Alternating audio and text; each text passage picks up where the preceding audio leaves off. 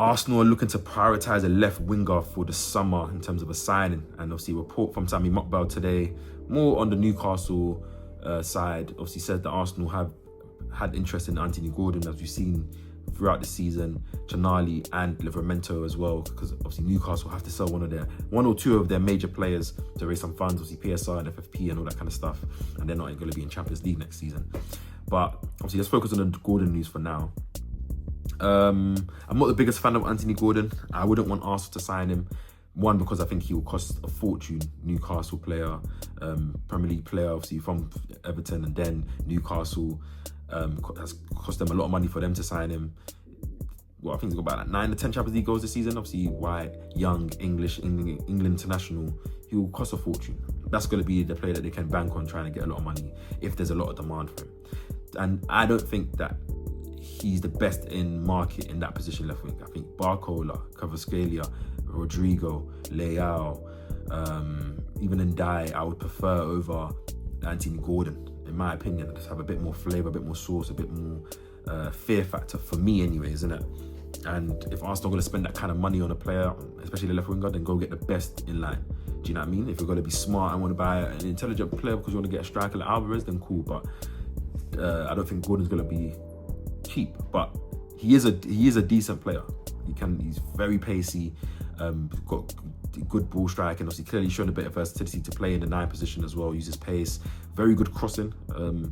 He was a very important player for Newcastle, and obviously in terms of his GN output last season. Obviously this year in the Premier League he suffered, but Champions League, as I said, he's got many a goal, a couple of hat-tricks here and there, and obviously he's stepped up since obviously Isak left to becoming like Newcastle's main attacker. So I've got to give him credit there.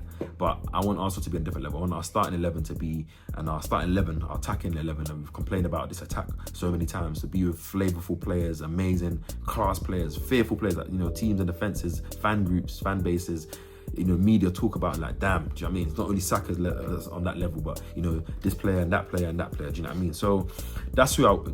Obviously, it'll be interesting to see what Arsenal do this left wing. I think, as I said, I think Eze should be our second choice or a rotationary left wing option. Still be using the 10, but I think he can replace that kind of Trossard interior forward mold. I think James from Universe has mentioned this as well.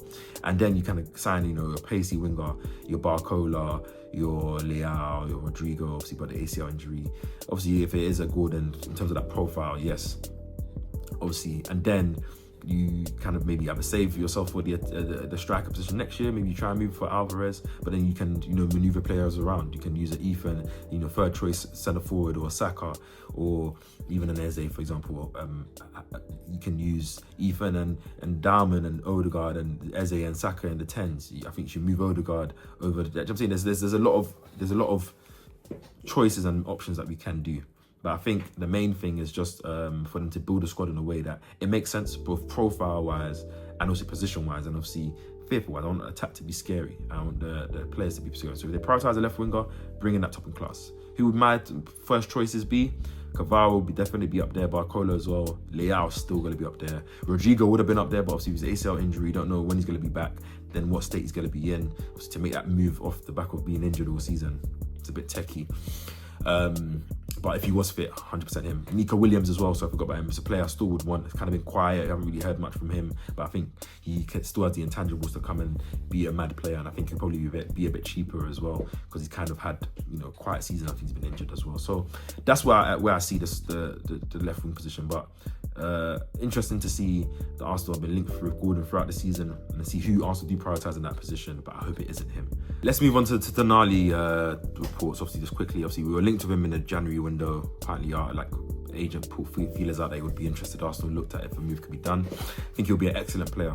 I'm sure if Arsenal will be able to sign him, because I think City probably more than likely will get an Elliot Anderson. United, I'm hearing, want to really prioritise signing one of him or Baleba.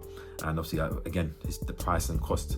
Can you move Lewis Skelly into midfield next season, and can he be that profile? Can you move Odegaard deeper with the emergence of Darman, Saka that can play 10, Ethan to come in? Do you really need to go and get a centre mid profile? And we've got, I think, profiles already in there that can help our team. You know, we've got Zubimendi and Rice that can play 60s. Lewis Skelly can also play there. Marino will come back from injury. Odegaard, move him to the 8.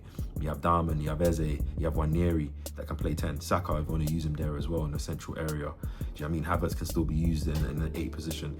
So can Rice. So I think we've got enough there, you know, different profiles.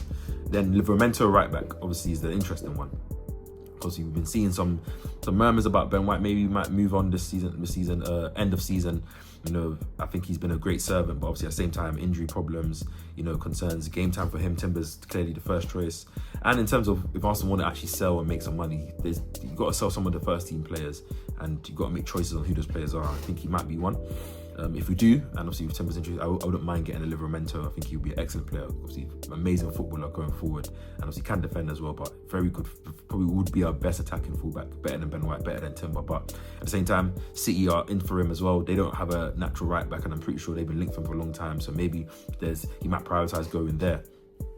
But interesting to see Arsenal. Obviously, sort of news is bubbling on. Obviously, the transfer window will start soon. Season ends in about another 7-8 weeks, and obviously transfer window is going to be small because obviously the World Cup before when it gets closed, or it will be inactive, and then everyone gets back up after the World Cup. So Arsenal, Berta, this is where you're going to make your money. You need to be shrewd. Whether that's the left wing, in terms of that means you need to get your Martinellis and Trossards out of the club early, you know, make some deals, or you move early for that player knowing you're going to make those sales later on, and you go and get that player. So the other clubs, you know, Bayerns and Madrids and City, Liverpool, Arsenal, you know, Barca, everyone's going to be looking for these best players in and around PSG. So you got to make sure that Arsenal are there, because you don't want to be having to pay, you know, tax amount for a player that you want just because, you know, the selling club have sold maybe multiple players, or, you know, there's a lot of battle for those players. Do you know what I mean? So let's see what happens. But I'm happy that we're going to prioritise left wing. I think we definitely need to enter next season with a better and more star-leveled left winger on that side. And obviously, but I think Eze can still be used there.